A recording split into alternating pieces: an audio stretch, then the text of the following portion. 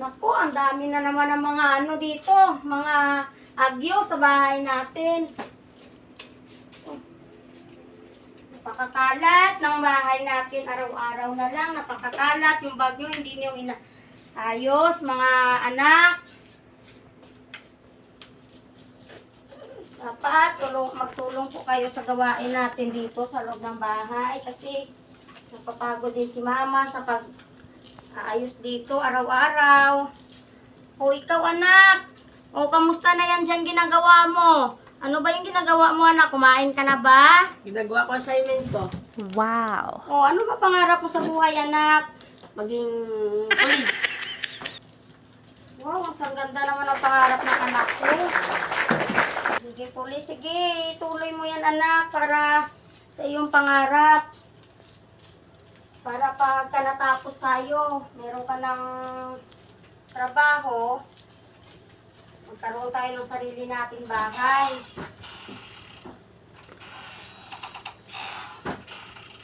Kahit nakakapagod, itiisin ko para bilang isang nanay para sa inyo, sa mga pangarap nyo.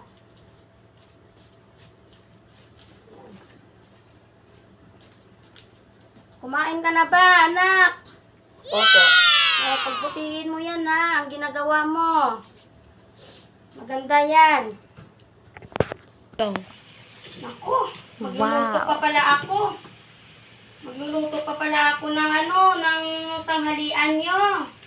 Ito, nag-ano ako muna. Mag-ready muna ako ng lulutuin ko. Para pagpasok nyo mamaya sa school, okay na, makakain kayo bago kayo pumasok sa school. Himayin ko lang muna to ang gulay, yung malunggay, para mamaya, mabilis ko na lang lulutuin. At saka tika nga pala, yung mga uniform pala, hindi ko pa pala naayos. Go. Naku anak, ito pala yung uniform nyo. Naka-ready na po. Naka-ready na yung uniform mo na suotin mo mamaya. Pagkatapos mo gawa ng assignment mo, maligo ka na. Ayan, naka-ready na tong uniform mo para mamaya ready ka na magsuot. Mamaya susuotin mo na lang. Naka-plansya na rin po ito. Ayan.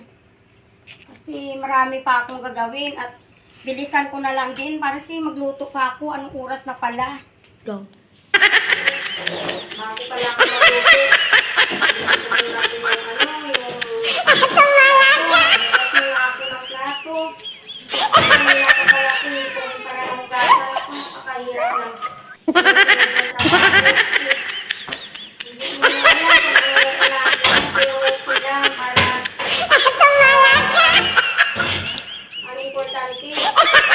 Magawa ko ito para sa aking anak.